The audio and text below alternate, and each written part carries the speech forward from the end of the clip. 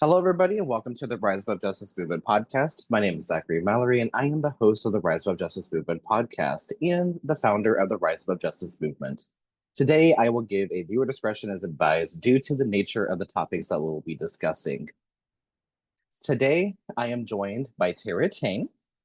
Tara is an embodiment coach who works in the intersections of spirituality and sexuality. She helps people find their way back to their bodies, overcome shame, heal trauma, and dismantle purity culture in a way that is in alignment with their values and beliefs so that they can build a healthy sexual ethic and thrive in freedom and wholeness. Tara, welcome to the Rise Above Justice Movement podcast. Thank you so much for having me. I'm so excited to chat with you today. Likewise, and I've been following you on social media for a while, and I've been deeply inspired, just by the work that you do and Oh, thank how you. you do it, and you bring people together. So, without further ado, feel free to introduce yourself and walk us through your journey, what led you to becoming an embodiment coach, and we'll jump into the topic, which we'll talk about here in just a minute. But let's introduce yourself to our audience and we'll go from there, okay? Oh, amazing. Okay. Well, yeah, as you mentioned, I'm an embodiment coach and somatic practitioner. I work with folks who have felt disconnected from their bodies, who have a lot of trauma in their bodies and are hoping to live their fullest, most authentic, most embodied lives. And my specialty is I work with folks from all different backgrounds, but the primary focus that I work with are folks who are healing religious trauma and purity culture. I myself grew up deep, deep, deep in the church. My dad is and was and still is today a Southern Baptist pastor. If you know, you know.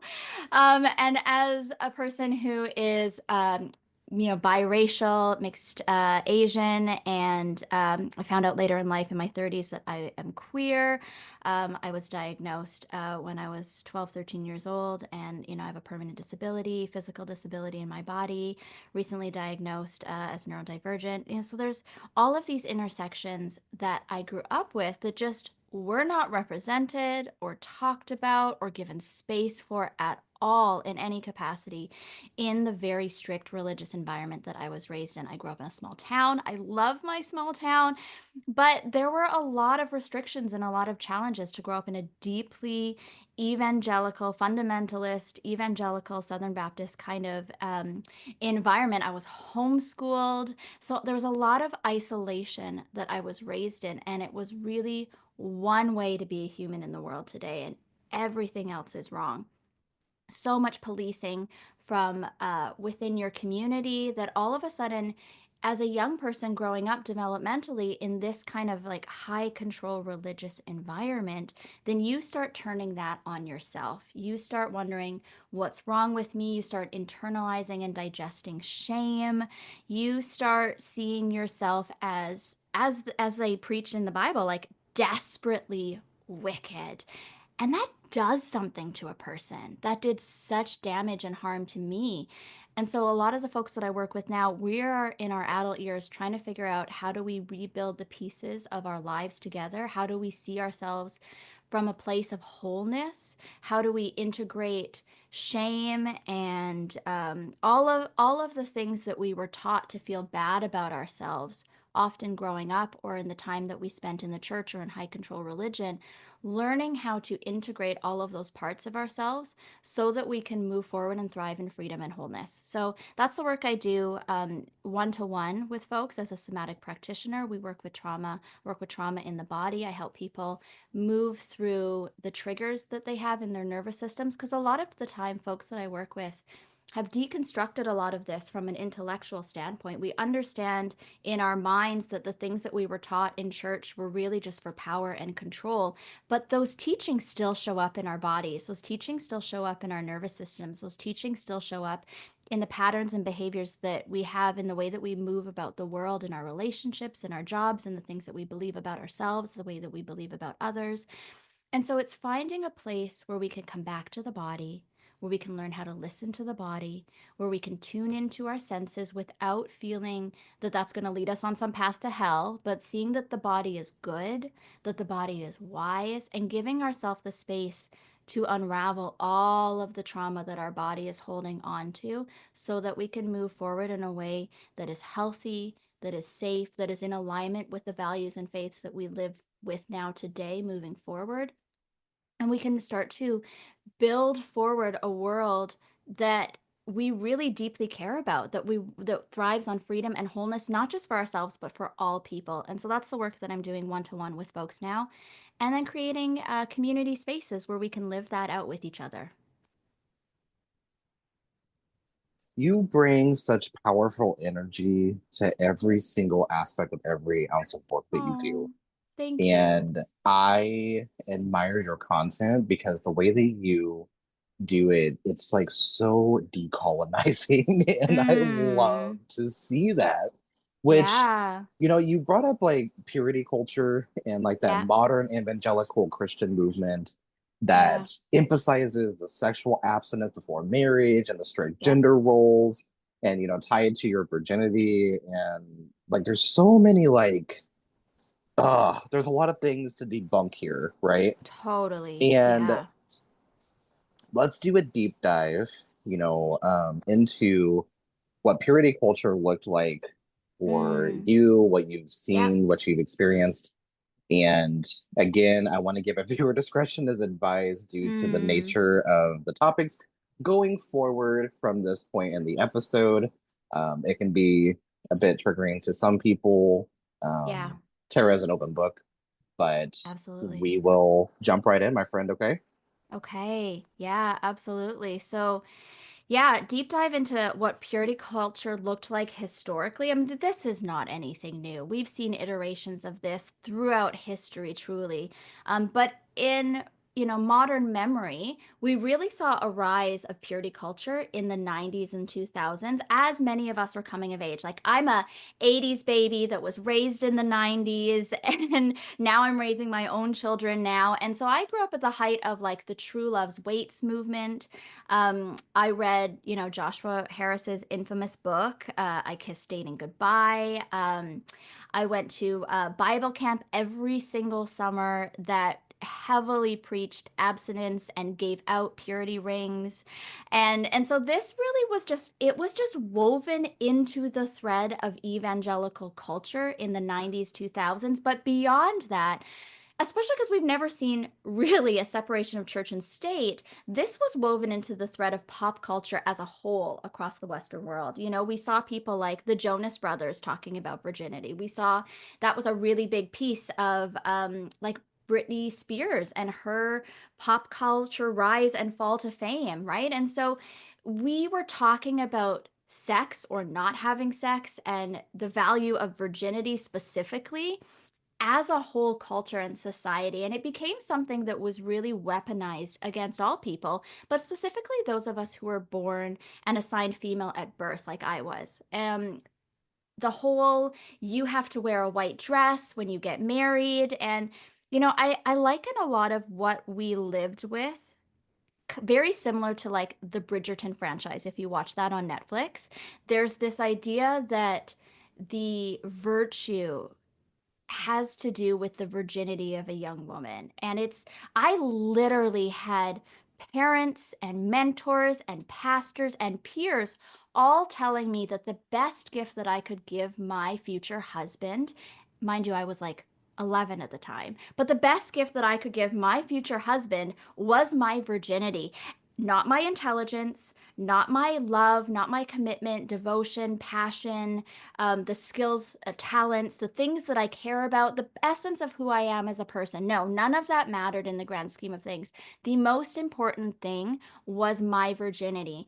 And now looking back on that, I realize how much of that has to do with power and control. And as a society, but especially within the church, the modern day evangelical North American church, but even beyond that, as a society, we are taught this story from so early on. It shows up in fairy tales, it shows up in Disney stories, right? This story of like growing up, finding your love, falling in love, being together forever. And that being together forever is the pinnacle of a successful marriage relationship. And the threat to that is if a woman has knowledge of her body It's seen as dirty, it's seen as sinful.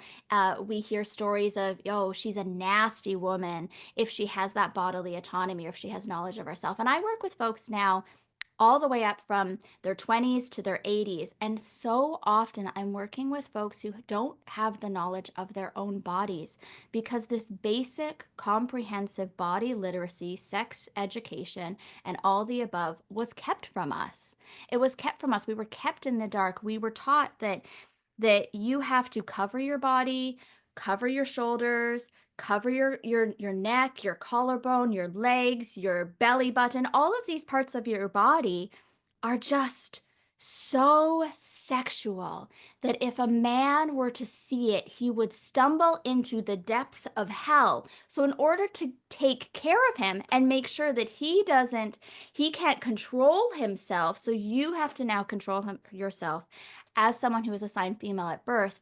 And that modesty piece really rose into it. But it was so much more insidious than just you have to cover your shoulders. It put the judgment and the shame also on women for the actions of men.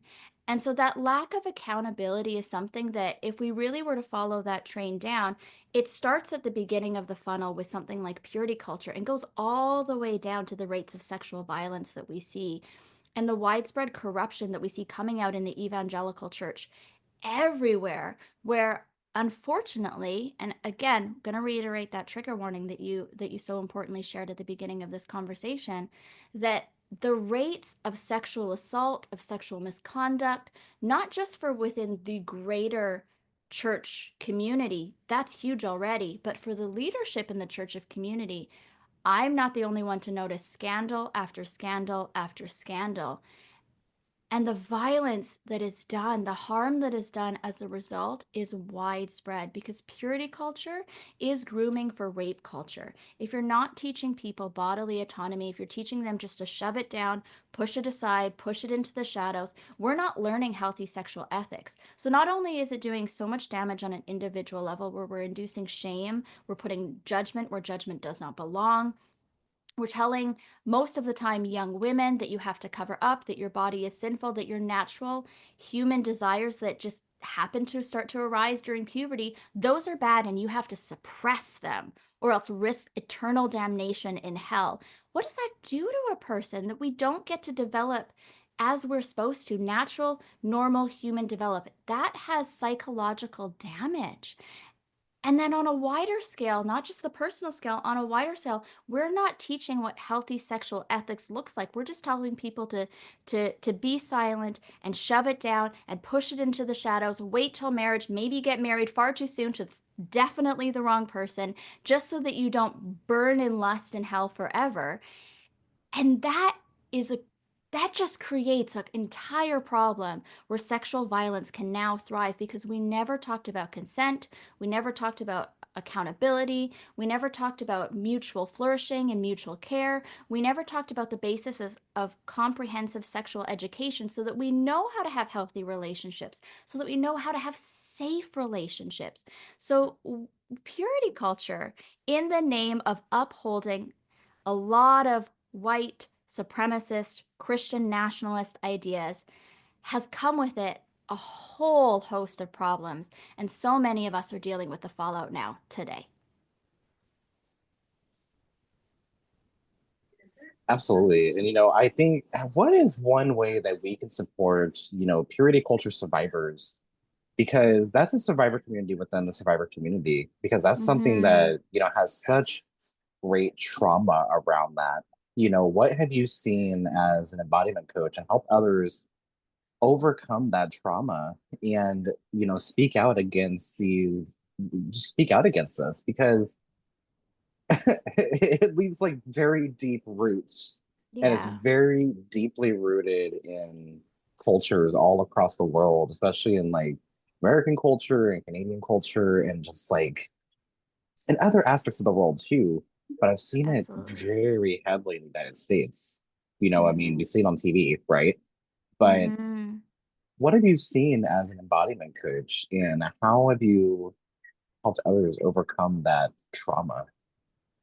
Yeah, I mean, such a good question. In really practical ways, I'm one story that's coming to mind is I was working with a client, and we were doing this simple exercise of put your hands on your body. And we started somewhere very innocent. It was just put your arms put your hands on your arms.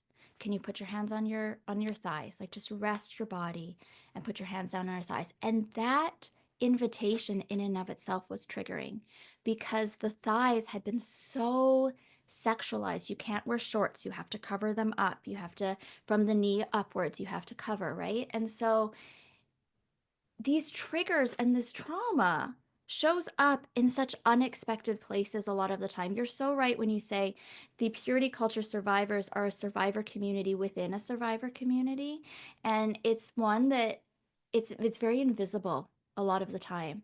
The violence is invisible, the trauma is invisible, a lot of it is understood, not understood.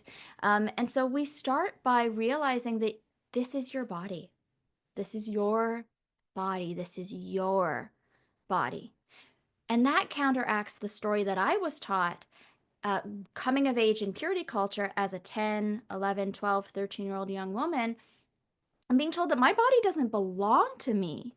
My body belongs to God, and my body belongs to my future husband, a future husband that I didn't even know existed, wouldn't meet. Like it's a whole other adult journey talking about getting married that as a 12, 13, 11-year old, that's nowhere on my radar yet. And that's nowhere in my world for another decade or two, right? And so you're putting that on a young person saying that your body, like your most basic part of being human. Your body doesn't even belong to you. What belongs to you? And the implications of that is that what then happens to you doesn't matter. If violence happens to you, you should pray for your abuser.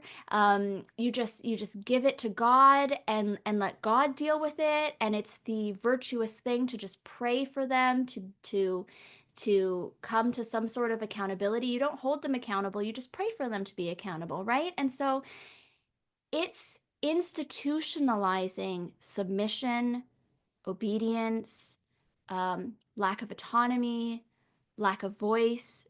It's institutionalizing powerlessness so that the hierarchy of power, which is in the church that I was raised in, male headship, um, patriarchy, white supremacy, although nobody would say that it was white supremacy. All of the actions were white supremacy. I know what it feels like to grow up being, yes, I am mixed race. My mom is white, my dad is Asian, so I'm biracial, but I was one of two non-white families in the community that I grew up in. So I know what it feels like to be othered. I know what it feels like to not feel like you belong. And even now, just in my adult years as being nearly 40 years old, I'm just starting to reconnect back to the culture that I was severed from because of the white supremacy within the church. Nobody that I grew up with would say that they're racist, but absolutely, this funnels down into all of the pieces of the things that we do and how we live out what we believe.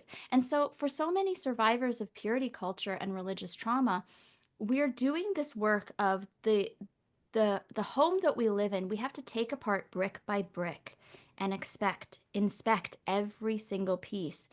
Where did I get this belief? How does this belief show up in my life?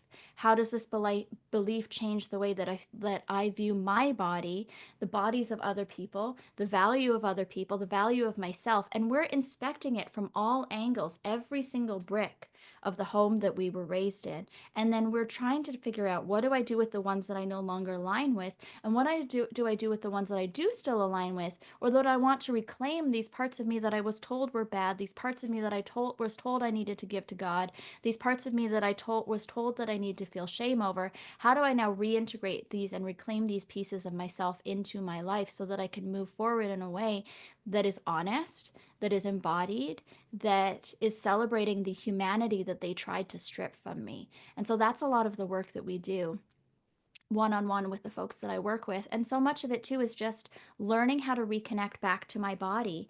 Can I notice my senses? Am I safe enough to notice my breath? This is a huge thing for all survivors because we have left our bodies for very legitimate reasons. The trauma that other people may never even know and we may never feel safe to speak of, we have left our bodies for very legitimate reasons. And so coming back into our senses, feeling safe enough to actually live in our body, to notice what things taste like, feel like, smell like, to notice when my body is giving me intuition. When I was literally taught in the church that I can't trust my body, I can't trust my intuition. All of these things are going to lead me astray, and I need to beat them into submission. To come back and actually go, oh, my body is wise and my body is good.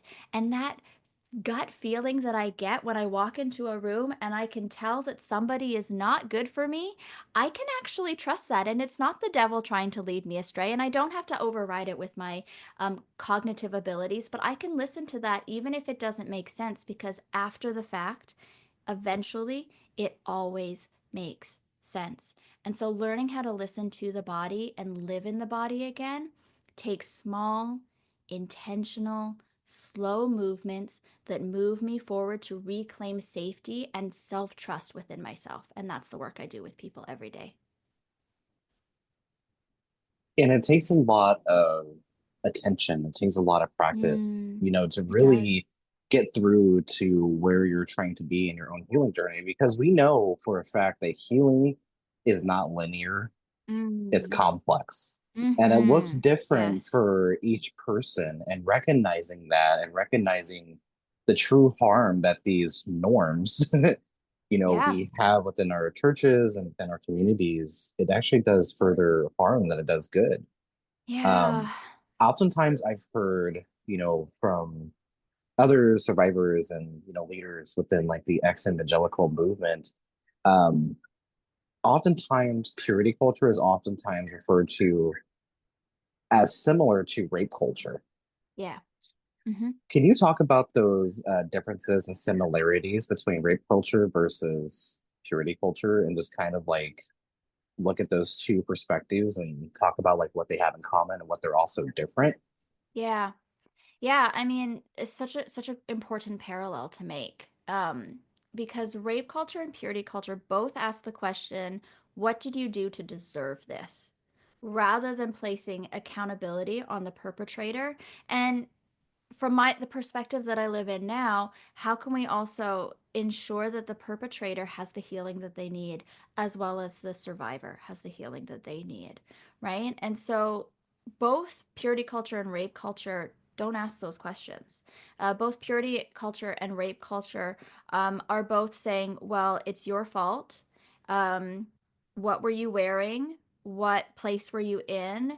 You invited this. Both purity culture and rape culture are saying a lot of the time men have needs. I very rarely hear women have needs, and I very rarely hear men need to be accountable of those needs. And again, I'm using the language of man and I'm using the language of woman because the purity culture, as well as rape culture, as well as Christian nationalism and often white supremacy, all prescribe to the gender binary. So I'm using that language and those words by choice, because that in and of itself is another layer of dehumanizing, in and of itself is another layer of silencing, in and of itself is another layer of power and control. And so I want to intentionally highlight that. And that's part of why I'm using that language. I think it does it all of us a disservice when we say that, like, this is femininity and this is masculinity, and those of us who are assigned female at birth only exist within the femininity box, and those of us who are assigned male at birth only exist within the masculinity box, rather than saying that this is a full spectrum of our humanity. Purity culture doesn't do that. White Christian nationalism doesn't do that. Rape culture doesn't do that. It doesn't acknowledge that these are all pieces of who we are as humans. And so many of us have been severed from those different pieces because of the specific boxes that we've been assigned into. So much of the work that I do with my clients is trying to get them out of those boxes that we have been assigned into, because of the harm that it does when we flatten our humanity into one single thing. And so I think that those are some of the big pieces of that. And we see men, the amount of sermons that I've sat through that talked about men being aggressors and men being pursuers and men being the one who have to like step up and lead the relationship. And that does so much harm in so many capacities, in so many different areas in the day to day of how we live our lives. For one, that's a huge burden for men to handle. And it doesn't give men the place to have their softness for them to be cared for as well too. That's a straight path to burnout, and dehumanization, because they're not allowed to be multidimensional. They have to be one dimensional. They have to be strong, right? And likewise for women, if you have to be the one who is always following, if you have to be the one who has to silence her voice, if you have to be the one who says, okay, yes, honey, yes, I'll do what you say, and you're the pursuer and you're the aggressor, and in a pattern of restrictive or toxic masculinity, there's so much opportunity for that to turn into control and harm and violence, on from sexual violence to domestic violence to um, coercive control to intimate partner violence, right? There's so many ways that that can be perverted. And on the other side of women have to be just the caretakers and the nurturers, and this very soft femininity that we see preached in purity culture, but then perpetuated also in rape culture, that women have to just be passive and not own their sexuality. And a woman who does own her sexuality, who celebrates her sexuality, or simply knows how to care for herself as a sexual being, then she must be a Jezebel. Then she must be a harlot. Then again, the blame gets put back on her again. And then there's just no accountability for harm that is being done. Not saying that only those who are assigned male at birth are doing harm. Absolutely, it goes both ways. Every single human being has the capacity to do harm, and every single human being also has the capacity for healing and accountability. But the problem with both purity culture and rape culture is that we don't look at that. We don't look at the spectrum of humanity. We put people in boxes, and those restrictive boxes, cause a lot of problems. And oftentimes more problems than we know what to deal with too. Yeah. And Yeah, that's because there's such no a blueprint of how we move forward healing in a healing capacity for most of us. because it's so incredibly complex and Hmm. it's not linear. And It's not linear. oftentimes people are asked, well, why didn't you leave? You Oh said it man. earlier, and making like seeing those similarities and the differences, but it seems to be more similarities than there are differences. I Hmm. mean, let's be real here. And Hmm. I think you hit on a really, really deep subject, and I could see future episodes in our future too, because there's a lot more deep dives that we can go Yeah. into this, and a lot of the deconstruction and the destruction of what it's had on communities like all across the world. And thinking about that, what do you see? What's the best way to phrase this? What do you Mm. see right now with the rise of nationalism? You see the rise of just this evangelical culture just continues to rear its head back into our society, right? And Mm. ultimately, it's always been there. It just kind of went a little unnoticed and it wasn't as like predominant, right? But now we're Yeah. starting to see it come back around. What are you seeing right now? Oh my gosh. There's Mhm. so much that can be said on that. Oh, I yes. so so much. I think that this is such an important conversation of the rise of Christian nationalism. You're so right that it's always been there. The stuff that I'm hearing people say out loud now is the same stuff that I was hearing people say quietly as I was a child, right? This like we need to secure our borders, anti-immigration rhetoric, because there's more of them than there is us, and the us that they're not always naming, but they're starting to name now, is this white evangelical, like, as American as apple pie kind of story, kind of, the good old days of the USA and the homecoming queen and the quarterback on the football team, right? Like that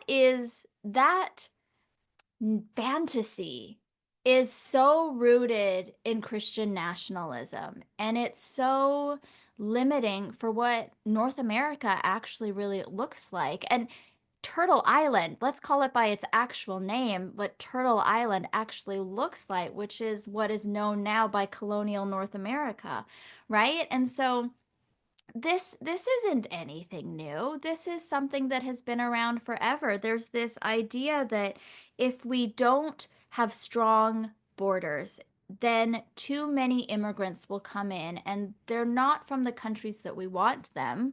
I'm doing air quotes right now that nobody can see. They're not from the countries that we want them to be in, because they're coming from places like Latin America, they're coming from Mexico, they're coming from a lot of Asians are currently being deported by ICE. We're not always talking about that because we're talking so much about and in solidarity with those who are coming up from Latin American countries, from Central and South America. And it is important to talk about the prejudice against our Hispanic brothers and sisters and non binary friends. Also, it's coming from all around the world, right? And the problem with this is that from a white Christian nationalist perspective, is that if we have immigration, a lot of people who are white Christian nationalists are saying that it's watering down that, like, what it means to be American. Because in their mind, what it means to be American, and we're seeing this also up here in Canada, what it means to be Canadian is to be white. So I hear all the time people complaining that when they go to Tim Hortons in Canada and they get their coffee, it's always coming from a South Asian person. There's never, there's too many South Asian people that have moved into our building. There's too many South Asian people that have moved into our neighborhood. So it's the same rhetoric, and it's the same idea that to be a person in North America is to be white, is to be Christian, evangelical, is to be, this all American person. And it's incredibly harmful. It's dehumanizing. And it's just not true. Like the statistics are that it's just not true. Immigrants make our communities better. Immigrants make our food better. They make our culture better. They make our music better. They bring beautiful fashion sense. Like there's so much richness and beauty. And yes, I may be biased because like my dad is an immigrant from Singapore, immigrated to Canada in the 70s, but I get a firsthand experience of what that looks like when you integrate that into your community and you integrate that into your family and you integrate that into your being. It's a beautiful, spectacular thing. And so this anti immigration rhetoric that is coming up of we need to secure our borders, we need to have, they need to come and immigrate through the proper channels. I mean, truly, the audacity for a settler colonial nation to have such rhetoric is just beyond me to begin with. But beyond that, it's coming down to white Christian nationalism when really they don't want a democracy. They want a theocracy. They want one nation under God, and they mean it. They want the government to be a Christian nation. They want to be reciting the the Ten Commandments in church in schools. They want prayer in schools. They want everyone to be bending the knee, and it is wild to me that they will talk the way that they talk about other countries around the world and send missionaries into other countries around the world for doing the exact same thing that they're trying to establish in North America now today. Don't mix it up. There is no separation of church and state. There never has been, but there absolutely is not today. And we're just saying the quiet part out loud. That's why the government now is pushing women to have more babies so that white babies can outnumber all of the immigrant babies that are coming in now, so that we can move North America to look a certain way because they fear that it has gone too far in the opposite direction. They they want to take away birth control and bodily autonomy. They want to take away same-sex marriage because they want to have a Christian a nuclear household that has a father and a mother and 4 to 5 children, and that's the way that they think that they're going to take back culture. Again, I'm doing air quotes that you can't see, but take back culture because they think that it's gone too far in the other direction. That now we have interracial marriages, which I am a product of. We have queer queer people living loud and proud because they finally, for the first time in any generation, feel safe enough to be their own authentic selves, which again, I am a queer person as well too, right? Like there's too, it's gone too much and it's gone too far. I hear too many people say that. It's gone too far. We need to bring it back. We need to get back to our white Christian roots from the good old days when there was no representation, when only white folks had power, when only white folks had voice, when only white folks had any kind of rights, representation, or autonomy. And the current administration is unapologetically trying to go back to that. And it's terrifying and it's unsafe. And I would dare go, and I will say this with my full chest, it is not Jesus in any capacity. It is not Jesus. Jesus was a brown Jewish man who lived in Palestine. He was himself an immigrant. And the people who made up the start of the early church that were closest to him when he was doing his ministry, they were primarily women. The first convert was a queer person, right? And so you have the actual life and teaching of Jesus living in direct opposition of what the white evangelical Christian nationalist movement that is responsible for most people's religious trauma and purity culture trauma and racism. That right there is in direct opposition to who Jesus actually was and the life that he actually lived. And so, for many of us who are part of the ex evangelical movement, who have recognized this harm and who have walked away from it, it's very hard for us to live in a world where we left that behind. We've done the deconstruction on that. We're trying to move forward. And then we're watching the government bring us all right back to where we started.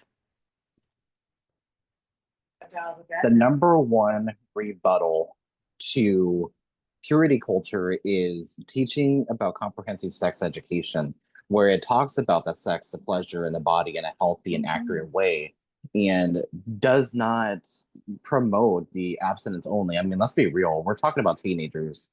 I know Oh, what it was yeah. like for me, like sitting there listening to my teacher talk about, oh, well, you're supposed to save yourself until you Mm-hmm. are married. And I'm sitting here like, majority of people in this classroom, you should see what they talk about in the locker rooms.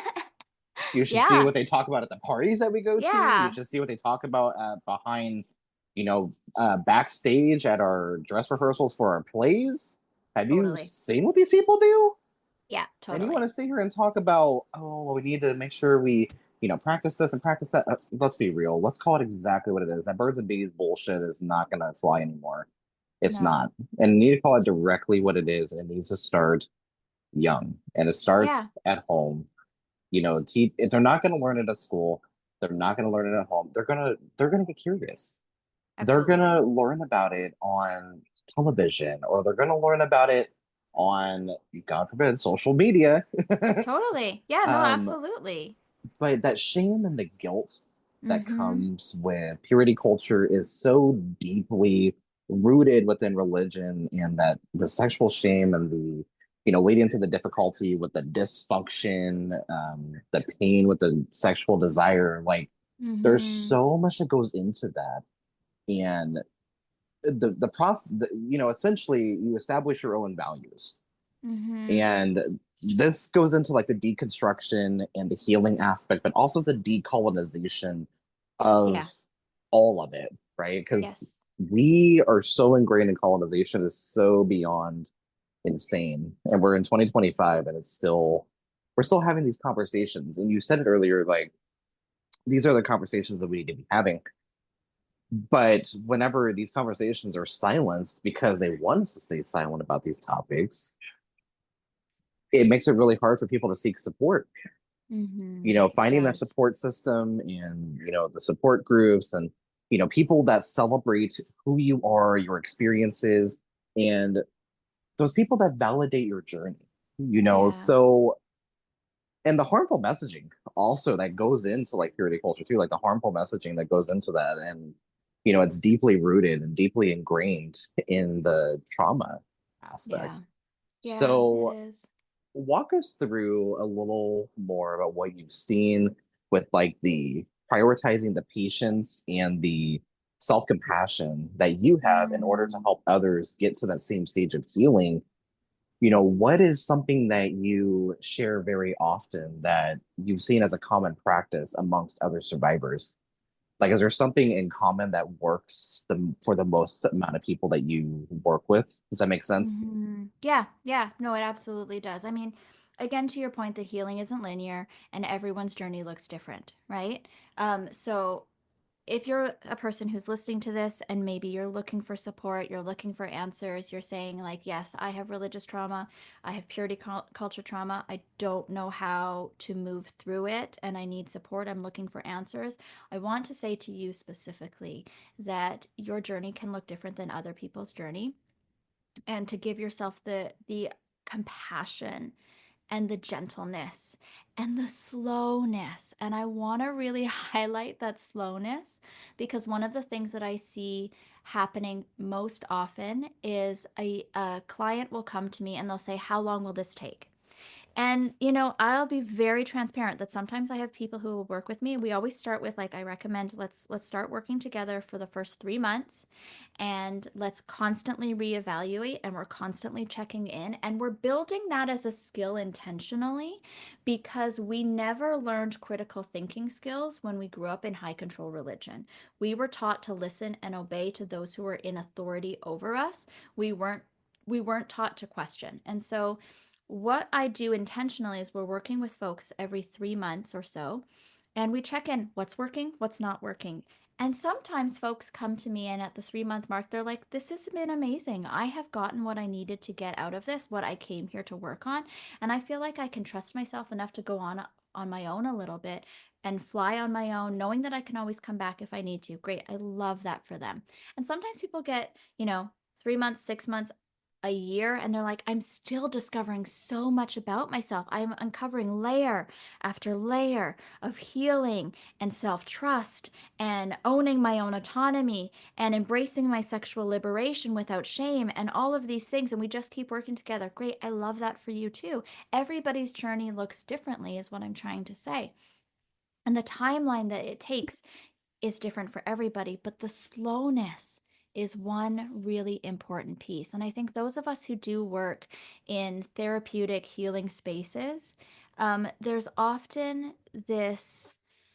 It's easy for us to fall into the idea of, I am doing my healing because I'm trying to fix myself. There's this goal that we're trying to get into. And this is a very colonial mindset. And it comes from the way that we value our worth in accordance with our productivity.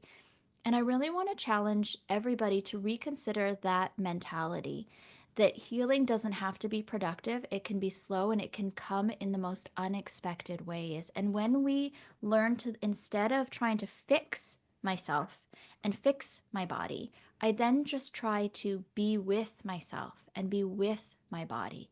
And notice how that perspective shift changes things. All of a sudden, I'm turning my own body and my own self out of a project, and I'm allowing myself to be a person again. I'm allowing my body to be a person again. And so if we come at it from that perspective, that's so wildly different. If I can start and I can slow down, and I work with a lot of clients. The majority of my clients are assigned female at birth. I do work with folks that are assigned male at birth. I work with non-binary folks. I work with trans folks as well too. But the majority of the folks that I work with historically have been assigned female at birth, because I was also assigned female at birth. So there's a relatability that we share with one another. And a lot of the folks who grew up in purity culture, we have developed different ways of coping and being. That can look like a variety of different things for everybody. But one thing that I do see a huge rise in, and statistically this is true, that those of us who grew up in high control religion and often purity culture see higher rates of dysfunctions, like vaginismus is one huge one, right? And so vaginismus is the involuntary pain for any time that there is insertion or touch anywhere on the in the vagina. Vulvodynia is anywhere on the outside of the body, on the vulva. And so I work with a lot of folks who come to me because sex is painful, and maybe they're in an amazing relationship now. Maybe they're committed and they're married and there's no fear of shame or judgment, but the old programming of purity culture still shows up.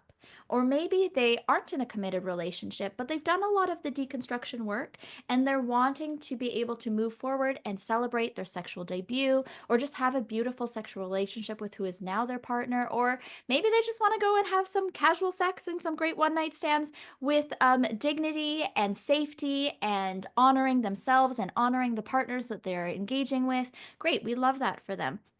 But how do we then get past the hurdle of all of the trauma or the dysfunctions or the diagnoses that came as a result of the coping strategies that developed while I was still actively in high control religion or purity culture?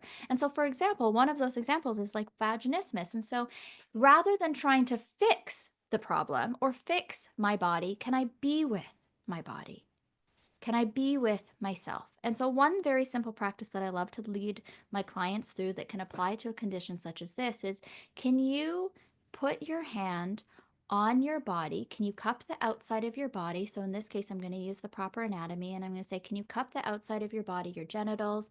If you're assigned female at birth and you have a vulva, can you cup that part of your body, your vulva, from the outside? And can you breathe into your hand? That you let your body, your muscles slowly, one by one, relax. You let your body melt into the warmth of your hand and you start to reclaim safety. And we do this as slow as we need to and as many times as we need to till your nervous system gets the signal that it is safe enough to be with us now, which is profound. So profound when every message that you have ever received from film, from music, from Christian influencers, from Christian mentors, from pastors, from parents, from peers, every single message you have received along the way is that your body is not safe, that you can't be with your body, that you can't trust your body, that you can't touch your body, that you can't live in your body. So, a simple practice simply as, can I put my hands on my body and breathe with it and allow the muscles to relax and bring presence back into this moment?